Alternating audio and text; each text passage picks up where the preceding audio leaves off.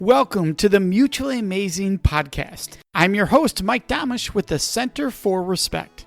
The episode you're about to listen to was recorded when this show used to be called the Respect Podcast, so you might hear that mentioned during this episode. Well, let's get to the show. Hi, this is Mike here, and I've got a little special notice for this episode because it's very unique, and that this episode is over twice the length of a normal episode. So I want to give you a heads up. So you might listen to this one in two parts. Normally our show runs right around the 30-minute mark. This one's going to run you right around an hour 15, hour 20. So you could break it into three. You could listen to it all at once. Here's why I did not break it up. It is such a unique conversation between these three professionals from the U.S. military discussing sexual violence, respect, training, programs, gender. There's so much there that I didn't want to cut it. I didn't feel it worked well. I thought it was really great for those of you who want to be able to listen to this all the way through as it naturally occurred. So here's the episode for you. And welcome to this episode of the Respect Podcast. We've got a really exciting lineup here. And I said lineup because this is not a one-on-one interview. This is three retired individuals from the U.S. military who worked specifically in addressing sexual violence within the U.S. military. Now, they're coming from different services, different branches. So we're going to get a variety of viewpoints and discussion points here. I'm going to get right into this because first we have Chuck, who's known as Captain Charles Marks in his military career.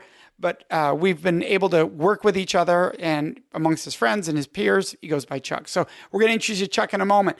We also have Mike Kontio with us. He worked with Special Forces Fort Bragg dealing with the sexual violence SHARP program. And then with him is Guy Alsop, also from Fort Bragg, but separate areas. And we'll let them explain how that all worked, all working with sexual violence. Chuck, we'll start with you. Can you give everybody just a quick background on your work in this area for the military? Yeah, hi, this is Chuck Marks. My background is I'm a career surface warfare officer in the Navy, which means I'm a ship driver by trade. I've had command a few times. And for the last 5 years, I served as the Fleet Sexual Assault Prevention Response Officer, where I was in charge of implementing all the programs and our long-range plan for the Navy on countering sexual violence. Awesome, thank you. And Mike, can you explain your role? Yeah, thank you for having me on this afternoon, Mike. I am been in an organization called Joint Special Operations Command for the last 16 years. The last 5 years, I've been in charge of a program, the Sexual Harassment and Assault Response Prevention Program. As of late, we saw ourselves more as a climate design versus a SHARP program, focusing on primary prevention. All right, thanks, Mike. And Guy. Hey, Mike. Also, thanks for having me on the show. So I worked with 18th Airborne Corps specifically as the SHARP program manager. I actually got to work some with you, and I got to work some with Mike, which was awesome. We kind of saw, or I kind of saw my role in SHARP as, how did I enable training for our victim advocates, our SARCs, or sexual assault response coordinators? How did I help them understand facilitation throughout training? And then how did I also help get them the resources and tools they needed? Because I kind of I was kind of sitting higher in the sky from my seat. So I was able to kind of push resources to people who needed it. All right. Thank you very much. Now, our listeners might be wondering, hey, Mike, that sounds like you have three men representing all the services. Doesn't really sound, it sounds diverse in their roles and what they did. Why isn't there more of a gender diversity, maybe an ethnic cultural diversity? And it's a great question and one we want to address, especially on the Respect Podcast. Here's the situation. In order for me to bring three people on and to be able to get on and have a full conversation, I intentionally sought out retired individuals who I knew could speak openly. Now, you might be wondering why retired, because if these three were not retired, they would need to get full permission from public affairs in a representative role of the U.S. military to be able to have this conversation. And that's a lot more red tape potentially and can impact how people are able to talk openly. So what I did is I turned to clients who had recently retired, and that's why we have the group we have. So I'm very aware of the lack of diversity in that area. And I think it's important we address that because normally we would definitely be intentional about making sure there was more diversity as far as ethnicity, culture, gender. But in this case, this was best case scenario, and we have three amazing people on. So let's dive right into this, because you gentlemen know that's a big part of everything we're discussing is having diversity in these conversations and having representation and everybody at the table talking about it. What I'd like to do on this episode is talk about the perceptions of the military versus reality, how we got to where we are today, where are we today, and where do you see us going forward? So what do you three think are the most difficult stereotypes that the military is facing and that could be true or could be false? If it's okay, we'll start with you, Mike. Well, I'll start with Mike, that I believe that currently, from a military perspective and from my lens, I'll speak from my optic, is that I think it's the best it's ever been.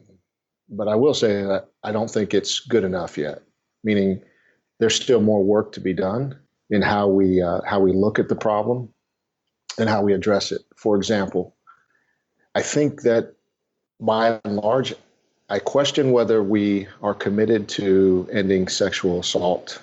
And I ask this question to leaders. I often say, are you committed or are you interested? Because it's two different things. If we're committed, we work hard. If we're interested, the work is hard. And I'll ask leaders often, do you believe that we can end sexual assault? And I believe with every fiber in my body that we can if we're committed. Now, recognizing what it will take to get there, and that the pronoun is intentionally said we, collectively. And so what do you think of the stereotypes that are out there in regards to that? Do you think people don't believe the military is committed? So some of the things that we started to address in our program as we really looked at this hard at the beginning, and I think the comments that Mike made are spot on, but to build off that, we started from this place where there was this perception that all assaults are identical, meaning all assaults are the worst case, all assaults are rape.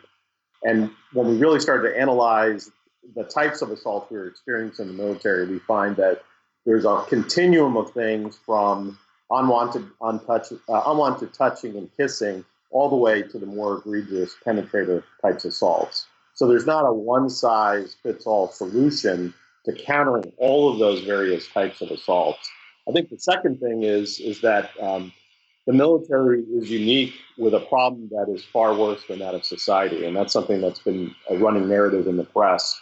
And when we actually go in and analyze the incidents in the military and compare them to society, we find that the military assault rates are far lower than that of society, despite the fact that we're 85% male, and that means that potentially the risk is a lot higher. So we know that our assault numbers are significantly lower. That does not mean we're going to rest, because we have to really go after this problem, because it erodes really how our small teams fight and operate, because it undermines trust in small teams, because the majority of assaults we're experiencing in the military are soldier on soldier, airman on airman, sailor on sailor, marine on marine. It's peer on peer types of assaults. So let's pause there. What about the person who says, well, your numbers show that the military is lower than society, but that's because people in the military are more afraid than people in society to come forward due to retribution, retaliation, the old boys club mentality of the military. Now, I'm not saying, hey, that's true. Obviously, I work with all of you. I know how the systems are built to try to combat that. But how do you respond to that? Very quickly, I would say that we assess pretty accurately the assault rates in the military. And that's done through biannual surveys. And we know that the accuracy of those surveys is incredibly high. And I would tell you that in open U.S. society, there's nothing comparable to it. And I also know that when we first started this journey 5 years ago in great earnest and detail, we were getting about 1 out of 11 to 1 out of 12 sailors, in the case of the Navy, coming forward to report their assaults. We know that today we're getting 1 out of 3 coming forward to report their assaults. So there's been almost a five-fold improvement in reporting rates when it comes to reporting the assaults. So we have a pretty confident, high confidence level in the number of assaults that are occurring in the military, both reported and unreported. And so, Guy, we'll turn to you. What do you think? Or do you think there are any perceptions out there that are impacting how people view the military and how much reality there is to those perceptions? So if I back up for just a second to your first question, I think when we went and looked at training and we stopped saying, okay, I think everyone's going to be guilty, because that's a perception that plays a role in this conversation.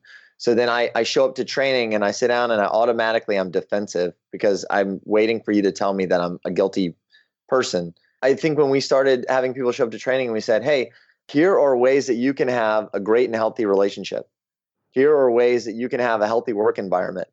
So what if we start discussing, ways that we can enable these relationships, these work environments? I think we started kind of shifting the training around. And I think that started changing a lot of the perceptions. I would tell you, I numerous times when we brought in yourself, or we did interactive trainings, where we had audiences of maybe up to 500 people, people loved it. People loved it because the conversation wasn't, hey, we think you're guilty and here's what the punishment for the crime is going to be. It's going to be, hey, here are things that you can concretely do to have a better daily working relationship, working life, right? So let's pause there. Because you're describing something that I'm very passionate about, as you're aware, which is going to how to approach versus a what not to do approach. And I think that's what you're referring to for years. This was a not to approach, not just in the military and universities. It was don't rape, or no means no. But there was no proactiveness of, well, are you asking in the first place so they can say no? There was no skill building for that to take place. And now I'm talking with three people that are very progressive in this field, very much working to make a cultural shift. Do you feel that that's true? I mean, you're retired now, that's true across the services? I have seen inconsistency at times in this approach of whether people are willing to have the how-to versus, nope, we're just going to say not to. That's all we need to do to cover our bases. What do you hear out there? And from all three of you. I would say initially, I think it really comes back to your commanders, right? So if commanders have kind of embraced this idea, and I think, Mike can kind of talk a little bit about this better than I can, because he went through this whole climate design and emotional intelligence push. But if you can get commanders to have very honest conversations where it's no longer a zero fault system, and we can say, hey, what does it mean if I really harass someone? What does it mean if I really assault someone? Okay, what does it mean if I'm trying to have as you used to phrase it, I think you still do, a mutually respectful relationship? Whether that's personal, whether that's business. What does that really mean? And then we can have an open conversation. I think the commanders that embrace that honest and open dialogue, I think absolutely. I think they are moving forward beautifully. And I would add to that, this is Chuck here, that the commander is the place to start. And if the commander or the local commanding officer is not on board, you're kind of done with that unit. That unit is not going to make any forward progress until the next commander comes in. But then I think there's another layer of people you have to get to after this. And that's our frontline supervisors. And in the case of the Navy, it really comes down to our E5, mid-grade enlisted, our non-commissioned officers. So, Chuck, you mentioned E5. Now, a lot of our listeners do not have military experience. So what is that typically? Is there an age range that would typically be an E5, just so people are getting a picture of what they're discussing? Yeah, you got to remember that the majority of the military population is pretty young. We have some types of units that are with more mature personnel that are older. But when you think about, if you go to a ship, the average age on the ship is between 19 and a half to 20 and a half years of age. So the folks that are just slightly older than those 18 to 20-year-olds are the folks that are really in that frontline leadership position. And we also have junior officers who are in leadership positions above them who are about the same age. They're young, recent college graduates, so 22 to 25 years old. And so what's interesting is if you can create the environment, the commanding officer can create the environment where the command or the unit is on board conceptually, then you need that lower level of leadership to be on board, because they're about 5 or 6 layers removed, those COs, those commanding officers, from those frontline leaders. And those frontline leaders can create a microclimate within the larger command climate that may run counter to the command climate. And it really comes down to how we treat each other every day. We have to treat each other with respect. You can't rely on just the go, no-go of the law, breaking the Uniform Code of Military Justice. You need a far higher standard of conduct for us to counter things like sexual assault and other destructive behavior. And Mike, it looked like you were going to jump in there in regards to Chuck's comments. What I'll add is I do believe it starts at the leadership level. We could even unpack that a little bit and say the ability that we all have for leaders or leadership influence is impacted is far greater than I think what we have. But leaders, in my opinion, or commanders, are responsible for establishing the values in the organization. But I think the investment needs to start at those who are the face of the program, those that are charged to lead it. We have to build trust both up and down. So response is something that we can't fail in, and credibility can be lost in a moment if you're charged to provide advocacy service for someone and it doesn't work out, or when you try to use process as a means to assist those that seek your advocacy services.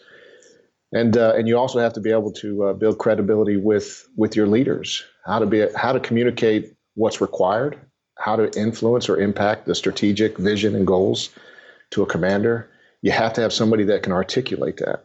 If the three of you were to estimate, based on what you've seen, what percentage do you think of leadership is on that board of committed versus interested? Because I thought that was a brilliant statement you made earlier, Mike. There's a big difference. And we know there's a few out there that are neither, that literally say, go check the box. Let's get this thing over with. And I'm in no way saying there's a lot, but we've run into them. And that's going to be true in any organization, whether you're the military, a university, or a large corporation. You're going to have a few that just say, the outliers, that go, I don't care about that.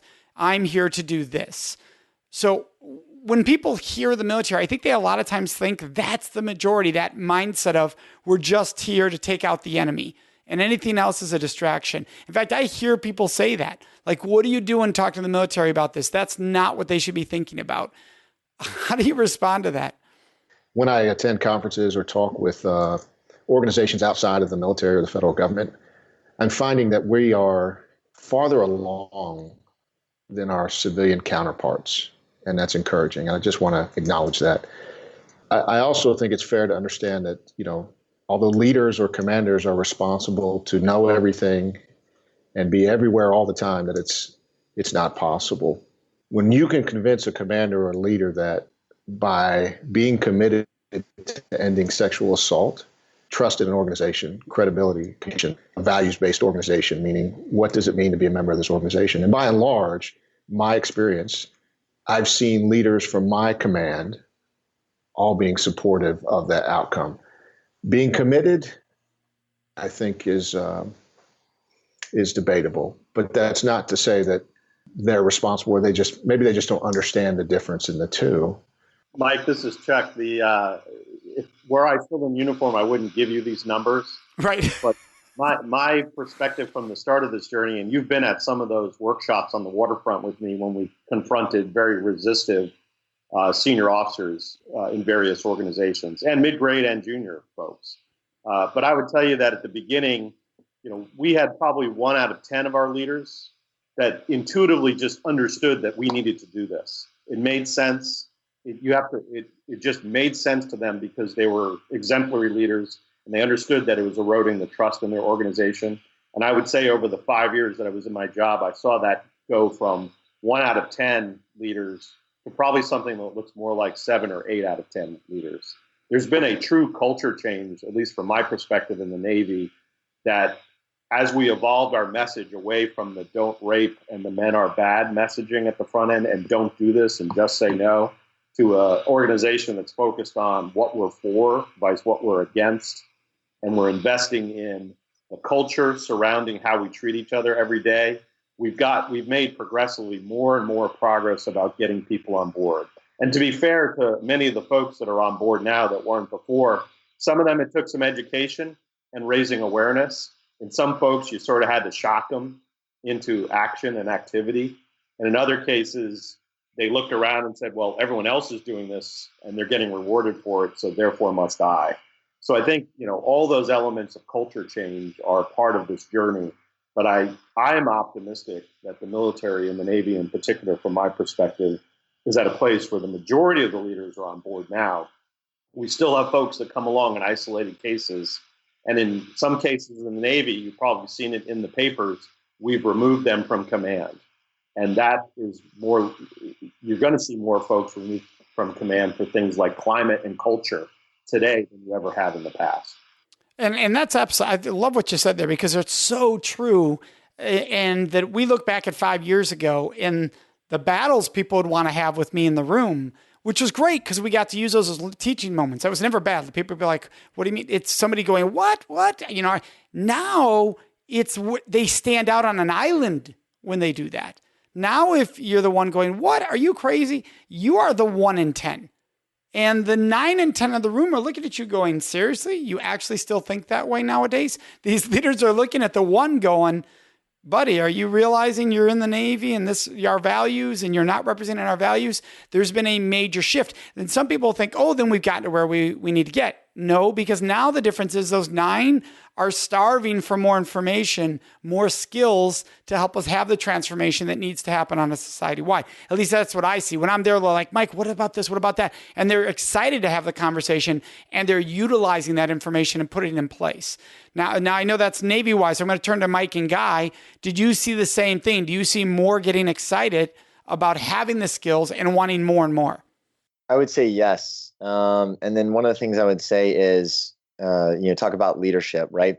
So if leadership at a minimum just says we support the sexual harassment, sexual assault prevention program, cool. The next stage, the people who I know are committed are my SARCs and my victim advocates, my trainers that go out there and need that energy to go into an audience. Whether I bring in professional people, like we brought in DateSafe, we brought in you, Mike, or whether I actually take people in uniform and I give them the tools to facilitate a class, to teach those values, to teach the how to versus the don't, then that energizes an organization, right? And so commanders are super busy people. I know they are. And if I can support them though with the people who have the right tools, that's how you affect like the whole core culture. I would say I think the Army overall, Army specific, I think it is moving forward. But I think what's interesting is a lot of the people who get it the most are those 18, 19, 20, 21-year-olds coming in, which is really interesting. And what I oftentimes saw when we would have a large open discussion or have a conversation, some of the people who had been in uniform 20, 25, 30 years, maybe it was because they were so used to always being told don't, that they were having a hard time shifting and all of a sudden having that open dialogue, that conversation. Well, and it requires a potential vulnerability in conversation, right? So the person who's been in 25 years sitting there going, I'm not letting the 18-year-old know I screwed up. That could hurt my authority and my credibility. So you do get an awkwardness that can occur. I think you brought up something really important is when the leadership shows, like we heard earlier from Mike, committed. I was recently at an installation and the skipper was at both my presentations for the full presentation. Now, some of you might go, why would that be a surprise? Well, let me just be clear. If I'm at a university, it is going to be once or twice a year the president, chancellor, provost of the university will show up at my program. And it doesn't mean the school doesn't care. They care deeply. That's why they bring me in. That's why they want it right away at the beginning of the year. But for the top person to show up and say, this means so much to me, I'm going to be in the room, I'm going to speak out at the end, is rare in the university world. Right now in the military world, it's not rare, but it's still not the common thing that happens, that they come for the full program. They might come in, introduce because they do want to show support, but their schedule says they can't stay. But now I'm starting to see more and more that are staying and saying it's important that the young group in here sees me in the room with them and is passionate about this as they need to be. And that's leadership. That means you're showing up and saying your time on this topic is as important as my time on this topic. Hey, Mike, I'd like to go backwards just for a quick second to go forward to when you talked about when you started this conversation and acknowledging the four of us look like the majority. And I will say that in my environment in special operations, when you sit in a room of leaders or commanders, the majority of those individuals look like me. And so there was a point where I think for me, acknowledging one, that when I owned this program that I was charged to lead, I acknowledged that I at some point either contributed, enabled, or allowed certain behaviors that I now stand against, and recognizing that I am in this with you. The second piece was also acknowledging in the space that more people that look like me need to be an ambassador, and we need to be giving a voice to those who don't have a voice in that space. Now, my position was a little unique where I was in charge of the program from the ground up. We didn't have anything, so I had to do a program management as well as everything else, the training. And I will tell you that our organization still does 3-hour annual training, which is impressive. Having said that, you're always going to hear those conversations before the training starts. And I cringe when I say the word training because we're conditioned to think of sit and get or lecture style in this type of training. But there's always an individual that will say, is this really going to take 3 hours? And to be able to challenge that person in the space once you create a safe and trusting environment and ask, what do we mean when we say, does this really take 3 hours? And that if I am a colleague, a subordinate, or a friend, would I feel comfortable coming to you with that comment you just made? Because what you really just said was, it's not important. And being in that space for just 3 hours, you can tell that people are exhausted because we just haven't been conditioned to know how to have, as you said, these vulnerable conversations. So we're really having to start at the ground level and teaching emotional intelligence. And I think there's a way moving forward, and I know I'm getting off a little bit here, is, we need to put the broccoli on the pizza. We need to feed people the nutrients without them knowing what they're getting. And we need to start teaching emotional intelligence from the moment they come into the Army or military. And Mike, you bring something really important there, which we addressed when we started the show, which is while we do not have a diverse group, this is a common numbers situation in the U.S. military, right? 4 guys out of maybe 5 people. That would not be uncommon depending on what service. It does really depend on the service, what division or unit you're working with. But what's interesting here is that for those listening, to just give a quick explanation, commands and units have what's called sexual assault response coordinators. That's the person in charge of handling all the aspects of sexual violence. It could be training, it could be supporting survivors. Now they have support people and victim advocates who help work with the victims. And then above that, they have the SHARP or the SAPR office that helps support them, and it keeps going. I'm just giving the short version. What's interesting, though, is that if you travel the world working with the military, you'll find a highly disproportionate number of those who identify as women as SARCs compared to the number of women in the U.S. military, which also presents a challenge because now 85% of the room walks in, identifies as male, and the person who's in charge of having this conversation is in the minority. They are walking in as a woman, and they go, well, of course you're saying this. You're a woman. There's still a little bit of that exists in our society, maybe more than a little bit that exists. How do you think that plays a role here? Let me just back up just before, and I'll give the floor to Chuck and Guy. I will say significantly from 2013 to now, I see more men in these roles.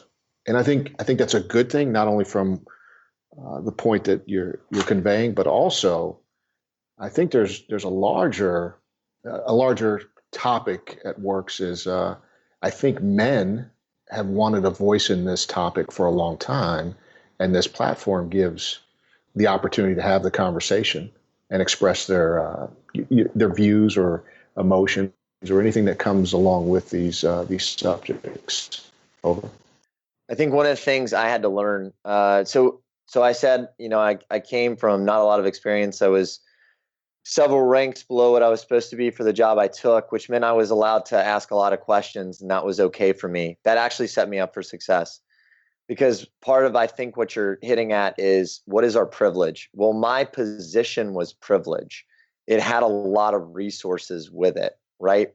And so then part of my job and my privilege was to use those resources to enable, the people who are out there doing the ground level work, right? And so then part of that was, if they're walking into a room and they've already acknowledged their privilege, if the room is 85% male and I've sent in a female trainer, right? And she's already acknowledged her privilege as the trainer, but the conversation is question based, and it's about mutual respect, and it's about treating each other with dignity, which creates a healthy environment, whether it's a work environment, whether it's a relationship, friendship, it doesn't matter, social environment. Then we can start to pull kind of a lot of those dynamics out of the way. I think what I saw in about a year's span was, as we got better training for the trainers, as we came in and started helping people understand emotional intelligence, as we started helping people understand how to create, as Mike said, a safe environment where people, knew there was trust in the room and they weren't going to be attacked for their opinions, their viewpoints, their experiences, then that starts to take away this anxiety, the nerves, the need to be defensive. And I think that's key. I think that's critical. Whether we're talking in the military or whether we're talking out of the military, I think if we can walk into a room and say, hey, I acknowledge I'm the trainer. I don't know that I have all the answers, so I just want to have a discussion. And if I could add to that, because I think that's critical, both what Mike and Guy just said, and building off of both of their comments, we shifted also the focus of our training. So if you think about the traditional training, the sit in the seat, the lecture delivered training, and you think about the focus areas, and if you think about Maslow's hierarchy, we started out with this, don't do stuff, which is pain avoidance, avoid getting in trouble, staying out of trouble kind of training. And then I think the place where we're now, when we start talking about things like emotional intelligence, culture change, how we treat each other, we're investing in the individual, which is in the middle of that hierarchy. And that, I think, is the key of where the military is going for the future. We're investing in the individual, in the individual's accountability, and giving the individual the skills they need to take on these difficult issues. And the end result is you're going to improve the overall culture climate. In the military, we excel at the avoid pain kind of training at the low end, and we excel at the very high end team building kind of training. The place where we're investing is in that middle place where you invest in that individual long term, and it pays off for the entire organization for the career of that individual. Hey, Mike, I know you've been in this field a long time, and I really want to acknowledge one. I came to this understanding probably 2 or 3 years ago when I attended a conference, industrial organizational psychologist conference, and it was a topic on male victimization. And in that breakout group, 95% of the individuals or the gender were females. And what occurred to me in that moment was there was one gender that has carried this topic on their backs for a long, long time. I was, I don't know if embarrassed is the right word, but I was embarrassed that there was a specific gender that was there in attendance to support and acknowledge and talk about something, and that was male victimization. And so I just want to acknowledge that, there's, for a long, long time, there's been one gender that has paved the way and gotten us to this point where we're having conversations and it's accepted to have conversations. And here we are, 4 males talking about sexual violence. Yes, and that's why I wanted to open the show the way we did, because I think this is an important part. While we're here being the 4 represented, it got here because of the diversity of other genders starting this conversation, fighting for these rights of these conversations for survivors. And as a whole, I'm not saying as individuals, our gender was late to the conversation. And what's great about what you're all saying is that you're seeing that shift too. You're seeing men wanting to get involved. And I'm seeing it. I'm working with more SARCs who are men. That is absolutely happening. Now, the numbers are not near equal yet. It's still disproportionate women that I'm seeing in the military, but we are seeing a shift there that's occurring. What about the person who says, hey, Mike, you have 3 high-powered individuals here that had a lot of power, a lot of influence, as guys had a lot of privilege to be able to influence others. What about those who could be listening to the military going, I didn't get those kind of resources. I didn't get that kind of budget. So how do we get to this place of, I wasn't able to get my trainers great training? How is that shift going to take place on a wider scale basis? Because, I know personally, obviously, Guy and Mike, I got to come in and help train the trainers on your installation on how to be better at training. So I've been able to do that. And even with Chuck, we could do some small versions of that in, frontline managers and program managers, frontline leaders and program managers. But how do we get to that large scale place where that's happening, where sexual assault training is a priority to be given resources to everyone? I would say first, we have to make everyone aware that that's what they need. And if you are aware, if you're self-aware that this is the type of training you need, then I would say that there's resources out there, regardless of the funding. I had little to no budget, and when I was able to leverage relationships and organizations that believed in it, and we were able to make it happen. The challenge is showing people what right looks like. Because when they're putting in the position of receiving, for example, training, we sit there and we say, we know this isn't right. We know that you're saying this so that when I am faced in a situation that may be questionable, you can say, I told you so. But yet when I'm charged to then lead that, I do the same thing because I do what I'm comfortable or what I know. So for me, the example is showing people what right looks like and explaining or demonstrating the things that you talked about and how to correct what we're talking about.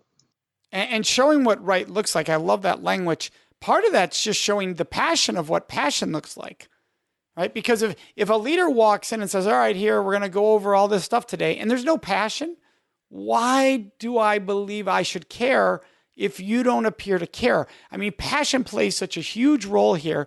And I think that's the one part that can be missed if somebody gets assigned into a role who wasn't passionate about the topic in the first place, and we don't find a way to fire them up. We have somebody in a role potentially dealing with sexual violence who is deterring people from wanting to get involved because of a lack of passion. So what did the three of you find was key to bringing that passion out in individuals if they didn't naturally have it? I think the critical part is, one, enabling the right person with the passion, creating the right environment, the safe place to hold the training, and then ensuring that the content is appropriate to that training environment.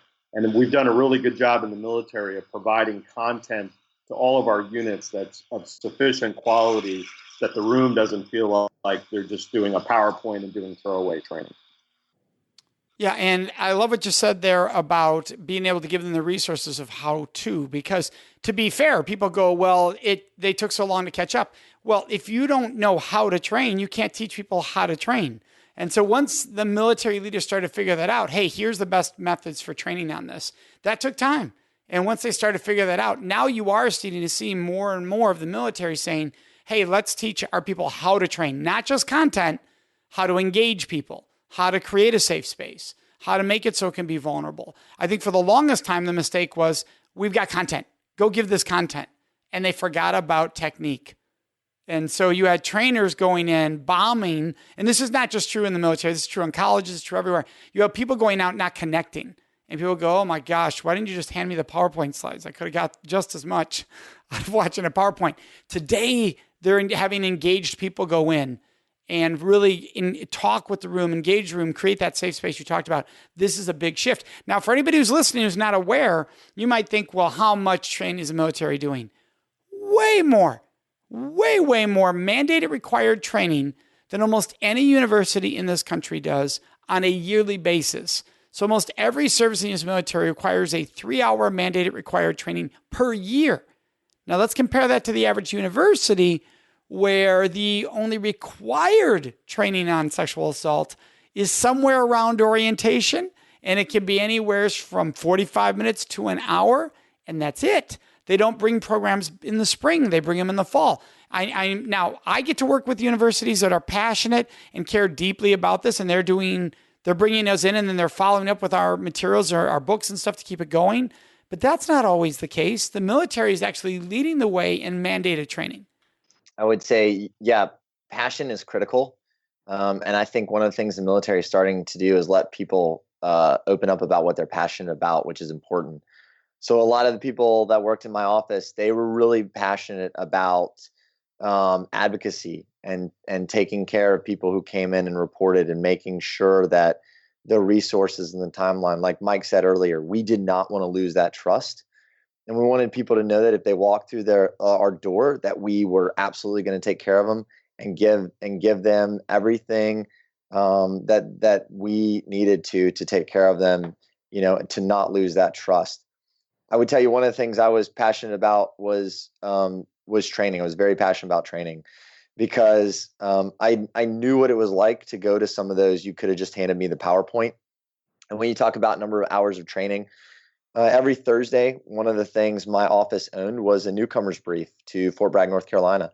And so we'd have 200 to 500 brand new soldiers, warrant officers come sit in a theater. And I never once used a PowerPoint, never once. And then the other things my office would touch on a weekly or biweekly basis was some of the other school training programs that were going on at Fort Bragg. It was the company commander and first sergeant.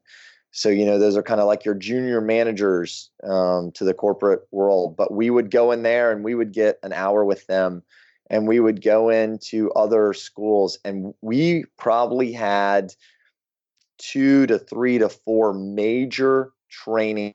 And so I think when you talk about passion and you talk about training, if you put passionate people in the right places, like Mike said earlier, regardless of resources, they're going to reach out, they're going to make relationships, they're going to build teams. If I kind of move forward on a point you made earlier, getting people to understand how important this is, I personally am a combat veteran, Iraq and Afghanistan. Nothing is more important than trust within your group in combat. And so what I would tell you is, as we help people to understand emotional intelligence, we help people to understand trust, we help people to understand mutual respect. The most basic thing we need in the military or in society are those values that allow us to create a cohesive team, whether that's to go off to combat, whether that's to serve here. And so SHARP, sexual harassment, sexual assault. I also owned another hat, which was equal opportunity or equal employment opportunity.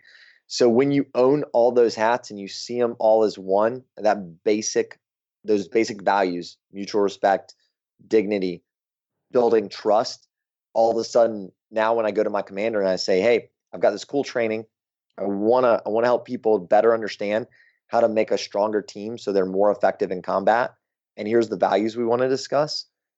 Man, now I can get people to really buy in and buy in fast. I want to make sure that when we talk about this word passion, we have to understand there's different perspectives and understanding of that word passion. And I've seen it play out negatively and positively.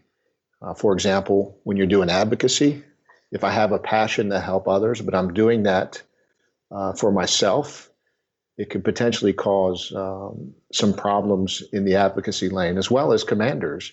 Commanders, even if they're passionate, when they stand up there and they, for example, if they were to introduce you and they don't know how to articulate their passion in a productive way, it can go horribly wrong and be counterproductive.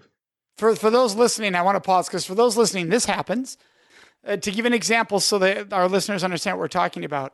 A commander walks out and is fired up, looks angry, looks like somebody just ruined their day. And they walk up there and they're like, we're about to have a program. And let me tell you, this speaker we brought in, and let me know, under my command, there will be no sexual assault tolerated. Do you understand?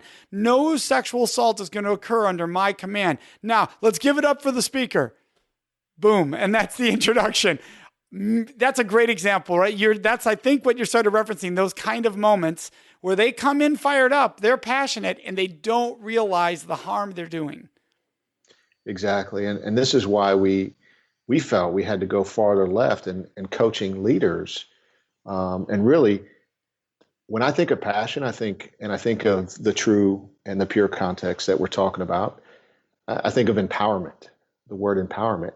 And what we found is we had to empower leaders and commanders to say, what type of organization and climate do you want to have? And then work with them to develop an action plan that will work towards the outcome they want. Because if we just do annual training, we're without any true focus or goals, then why are we doing it? And when we have conversation with leaders about, for example, how we have to be very intentional about the words we use, we're also struggling with a culture within the military, and I would say by and large society at times, is perfection. Because I ask leaders, what would you say, or what would most people say the opposite of a strength is? And they say a weakness. And I say, okay, well, what gender is mostly associated with weakness? And they'll say females. And I say, okay, what is it that males often fear the most? Weakness or failure. And so then why is it we are willing and it's accepted to use a word that has such negative and powerful connotations that we continue to promulgate throughout our force? So if we start with being intentional about words like they're not weaknesses, they're struggles, and we celebrate failure. And so when we get to the point of talking or having those conversations, I think we make progress towards what you're talking about as being able to just have open and free dialogue. Well, and I think what you're saying is so important, because I think a lot of people are thinking, wait a second, this is a special forces guy saying that failure is celebrated. I think what's wonderful about that is it breaks the stereotype, right? People have this stereotype, you hear special forces and they think, all I care about is winning and I'm going to win at all costs and do whatever. That's a mentality our country can have about individuals within special forces or just the military as a whole, where you're saying, no, there's such a higher level of intelligence here. We should be raising the standards of what we expect and being able to give people the skills they have to experience that intelligence in their own life and to be able to thrive with that intelligence versus everything is black and white. Everything, and even that phrase black and white has its own danger and its own harm that can be done within that. And I know some listeners right now are probably thinking, Mike, what's wrong with that leader walking out and saying there'll be no sexual assault under my command? Here's what's wrong with that. If you are under the command of that and you are a survivor, you might think, I can't come forward now because I would be breaking what was set as the standard for my unit, for my command. I don't want to be that person, so I'm going to stay quiet. And that's the kind of harm one statement like that can make, where what you're saying is so important. Let's take the IQ to another place. It's not that we can raise someone's IQ, but we can raise their knowledge of what they can use with their IQ, with that emotional IQ. Hey, Mike, and I'll add that even more dangerous is if commanders that work under that commander now are influenced by their leader saying, we will not have a sexual assault, when someone does potentially come to them, or if they do, trying to deter them from reporting. Right. Yeah. Yeah, and that happened over the years. I mean, we had a guest on, Heath Phillips, went to his leaders and said, this is happening to me. And they did everything they could pretty much to shut him down, and so that doesn't happen here. Those kind of old, now this is years ago. He's also said it's really improved. This was several years back, 2 decades ago, but still that mentality. So being able to give them the skills to realize, how do I say we will not tolerate sexual assault and we will support all survivors while holding perpetrators accountable? That's a very different statement than there won't be any. It's a night and day statement. We're here for you. We're here to support you, and know that we will hold those who do harm against us or each other accountable. That's an emotional intelligence level. And I think another piece to this is you have to enable the conversations to allow folks to explore the vocabulary as well. And you have to be able to, in a very safe place, to correct the errors in vocabulary or the vocabulary that is more destructive than productive. And it's like having that first conversation about sex with your kids, really awkward, really hard, really uncomfortable. But if you do it more than once, or you engage in a continuing conversation, everyone builds the vocabulary and builds a comfort level. And so what we're talking about is talking about really difficult things in a safe training environment over time. And over time, we're bringing progressively more and more people into those conversations, building up the more mature vocabulary that's resulting then in our force treating each other better every day in the workplace. How do you feel that gender and identity integrates into this conversation? The military over the past few years, and really the last 4, has said, hey, we're going to move forward with discussing identity and beyond male, female.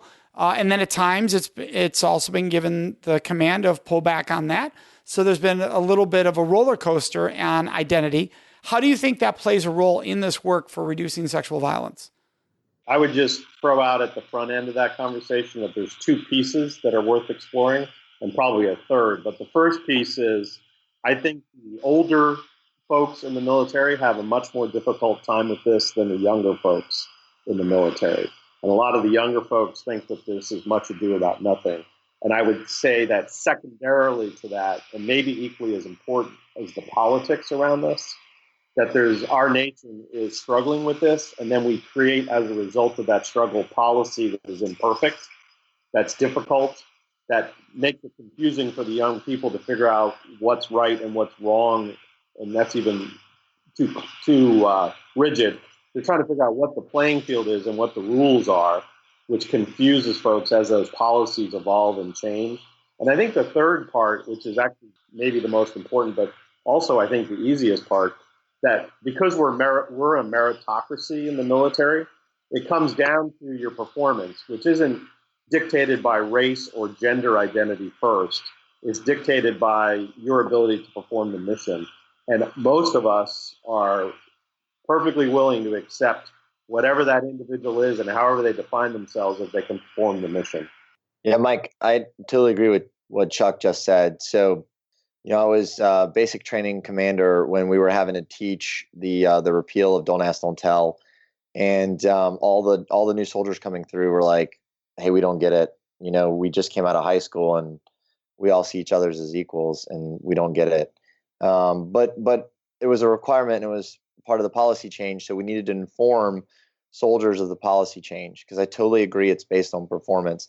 So to give you one of my own personal vignettes, when I was in Sadr City, Iraq, I had a close friend who couldn't openly say that he was gay, and he was one of my best friends. And we served that whole deployment together.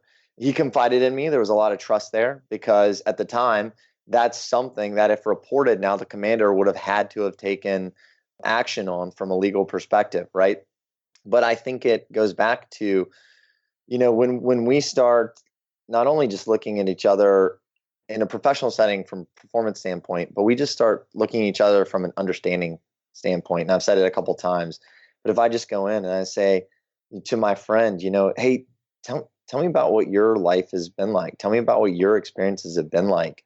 At the base of it all, we're all human. We all have strengths and weaknesses, but if we just can come from an understanding perspective, we can get there together. And I think that's, if we want to end sexual assault, if we want to end sexual harassment, if we want to end discrimination, even if I add that into the conversation, we need to come from understanding, right? We need to ask questions to allow us to say first, hey, tell me what your experiences have been like. What has your life been like? And then we just need to treat each other with that basic level of mutual respect. I think there's a level of, I got to give trust to get trust as well.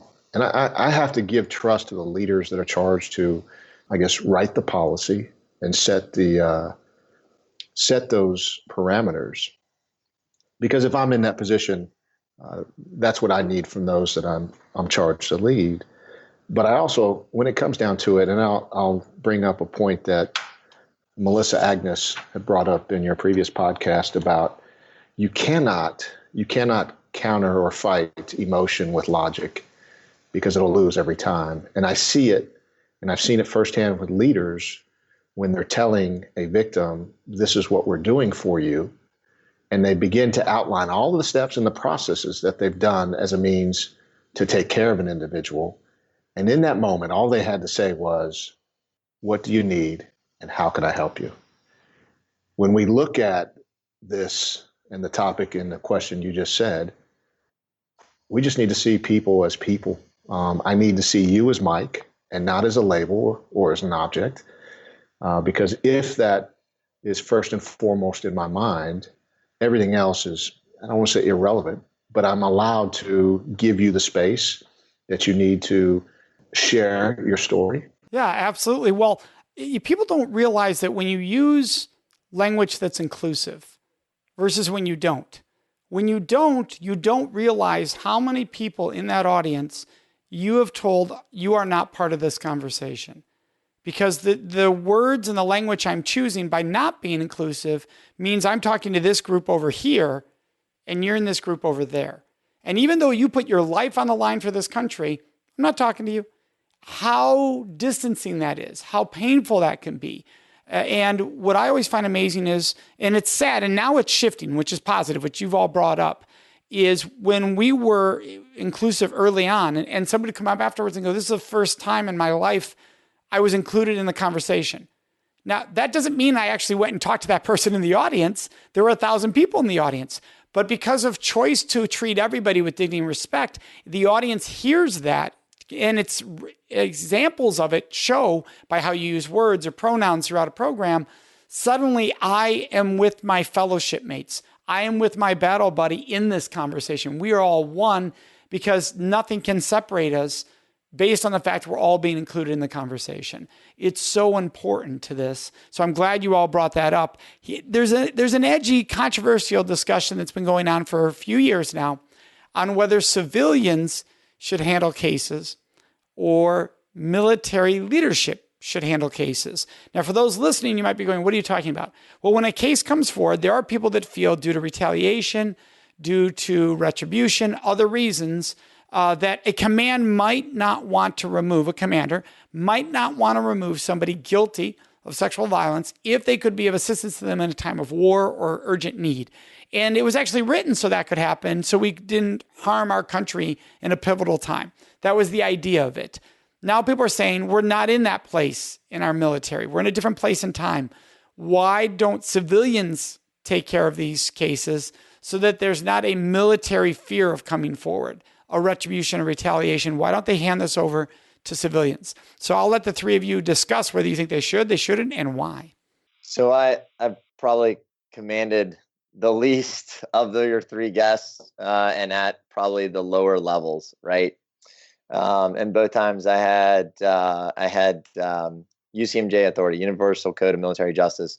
So I had to remain neutral and fair, and all people that came in front of me that I had to, decide what was happening. I will tell you, it's hard, it's difficult when a person gets charged with a crime and they're in my unit, and I'm a good leader. I obviously know them. I also know their family, right? And so, do I think outside civilians need to adjudicate sexual assault, sexual harassment cases? Personally, I do not. Part of your leadership, part of your duty, responsibility, and part of your ownership of taking care of that unit is that I know everyone in that unit. So I understand my stewardship to the government, to the military, but I also understand my stewardship to the organization, to the people, because there's a process, as Mike has said. There's the legal perspective, and then there's the human dimension. There's the people, right? What I think the military could do to improve the current situation, this might be an interesting idea to throw out there, but I heard a senior officer actually throw it out there, and I thought about it, and I think it's a great idea. If we could somehow separate, because oftentimes I think what you hear is you don't want to remove a commander. So a commander could have been in the military 3 years, 20 years, right? So you don't want to remove a commander. Well, what happens if I give UCMJ to a commander? Well, that commander could potentially lose his entire career, also his entire pension. Well, who does that affect? That affects the commander who potentially did the wrong thing. That affects his spouse and the people who depend on him, his children. Well, that's an interesting dynamic. That's a what if the military could separate the punishment? What if the military could punish the offender and not adversely affect the family unit? That's a better future and a better way ahead than trying to pull out this authority from commanders. So if you're referring to that, are you saying they would lose rank potentially? That can often be a punishment, that they would go down in rank. Let's say that they were sent to military justice as far as prison. but the family would still receive all the same benefits and financial resources. Is that what you're sort of describing there? Yeah, I think that's fair. Because I think if you punish that individual, that's fair. Yeah, let's jump on this real quick because I can see people firing up on this. This is an interesting one. How do you answer the question then? Well, wait a second. That might work if they actually serve time. But if they don't serve time, and I say, I'm going to retire you with a lesser rank, but your family's going to get all the benefits, all the finances and everything. People are going to, if you're a survivor and you're watching that, you're going, where's the justice here? Where's the consequences for what occurred, what was done to me? So how do you respond to that? So I think punishment fits the crime, right? So let's say the hypothetical is a sexual assault, they're going to jail. Then I think that person goes to jail. And I think they serve that sentence in jail. That was the person who did the crime, and they're in jail and they're getting punished. On the outside of jail is potentially a spouse and some children who depend on that pension, that check, that money, right? Hypothetically speaking, let's say they were not a part of the crime. Then I don't want to adversely affect them, right? I think the situation we run into sometimes, not always, I think what you run into sometimes is you put a person on trial and you're like, well, man, we're about to strip this person's entire pension. They've got a family at home. What about the family? Right now, there's no separation between the person who did the crime and the people who are dependent on those resources within that family unit. Well, and what's changed, though, in the military system is you cannot use that defense anymore. It used to be you could say on trial, you don't want to ruin this person's career. That defense is not allowed anymore, so that people cannot guilt the trials into not convicting, because that's really what that was doing. That was making the jury and potentially feel guilty for holding somebody accountable for a crime. And I'm curious what Mike and Chuck are going to think of this too, because I guess the other side of this that gets interesting is you said, hey, I'm responsible. And that I'm very close with the offender potentially. This is somebody that could be a friend of mine in my command, and therefore I need to remain neutral. Is it possible that, yes, you're remaining neutral, but the survivor and others in command cannot believe you are, even if you are, because of the closeness of that relationship? Does it bias how you are seen and the process is seen? Curious what both Mike and Chuck feel on that. Okay, so going back, I'll come to that answer specifically in a second. I want to go back to the original question, though, and talk about the commander's Uniform Code of Military Justice Authority as it pertains to command. So that commander is responsible for the good order and discipline of that command. And one of the tools in the toolbox is the UCMJ. But I would tell you that we're after something that is a far higher standard. And just so everybody knows, that's United States Military Justice, USM. We've said Uniform Code. I'm sorry, I said the wrong. What did I say? So yeah, Uniform Code of Military Justice. Yes. So that tool in the toolbox is just one tool, and it is only one standard, and it is also a far lower standard than the standard of conduct we expect out of our folks. So in the case of the Navy, core values, honor, courage, and commitment is something far more than breaking the law. We also have Navy regulations that are a higher standard than the UCMJ, the Uniform Code of Military Justice. And so when we think about the standard of conduct we expect in the command, and you think about the range of things that are on the continuum of sexual assault, from penetrative sexual assault all the way to harassment and really just maltreatment of peers and coworkers, the commander has the full visibility and understanding of how that impacts the command and the individuals within the command. I am very comfortable with commanders having UCMJ authority. Yeah. Chuck, can you also talk about the threshold for punitive action against an offender from a UCMJ standard versus a criminal? Yeah, that's a great point. And if you think about the civilian processing of a case and the civilian system that's in place across most of the United States, I think most folks would be alarmed at the standard that's applied there. Most prosecutors are elected, and the standard of conduct for them to get reelected is their prosecution rate.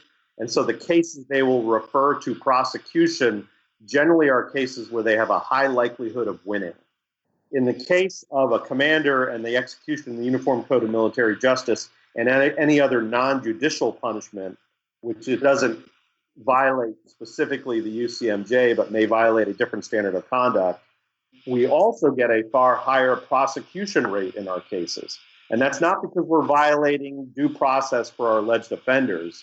It's because we apply several different standards depending on the severity of the incident, as opposed to either it goes to trial or it doesn't go to trial. So I think if we were to refer cases to a civilian system, we would erode our prosecution rates. We would let far more offenders get away with their crimes than we currently do. Now, getting to, is there room for improvement in the process? Yes, there always is. And commanders need to be very meticulous about ensuring that their standard of conduct and their moral reputation to their command is somebody that executes things with balance and equality, that protects victims' rights, but also ensures due process for alleged offenders. And then I would add that there's another element to this, which is our judicial corps in the military. We have folks that are trained, that are experts specifically in the processing of sexual assault cases. And at every turn, those individuals are advising the commanders. So I think when you look at that process in its totality and the commander protecting the good order discipline space in the command, we have a system in the military that I think is far more robust than in any of the 50 states in the United States. And I know that there are folks in Congress that would argue against this, some of whom were prosecutors themselves. I think they're selling bad press when they do that, because there are pretty spectacular flaws in the civilian system. I would also argue that case processing time in the civilian system is pretty atrocious. It's horrendous. I'm involved as in a case came forward after I spoke in a school. And because of that, it's been 2 years. This survivor is still waiting for trial. 2 years. So you're absolutely correct that the wait time in the civilian side can be grossly long and horrible for survivors to have to wait on. What would you say in the military, what typically would you see as the response rate at the time of judicial process? Well, I'll tell you the hard data when I retired a couple of months ago, our case processing time for the Atlantic Fleet on average for all sexual assault cases was 184 days from first report to case closure. Right, much faster. We do have cases that take a lot longer, and we have some very complex cases that are really as a result of our force being distributed all around the world. So when you come forward with a late report, meaning I'm reporting an assault that took place 2 years ago, and you have to unpack that case overseas, and the witnesses are now scattered, some outside the military, I would tell you those are the things that make up our really long processing cases. However, the cases that come forward in a timely manner, where most of the folks are still attached to the same organization where the incident occurred, those things happen very quickly.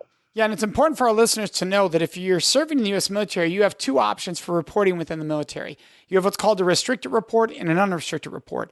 A restricted report means there's one of 4 individuals in the U.S. military roles, I shouldn't say individuals, people with these titles. The SARC, which is the Sexual Assault Response Coordinator, the Victim Advocate, Chaplain, and medical professionals taking the oath.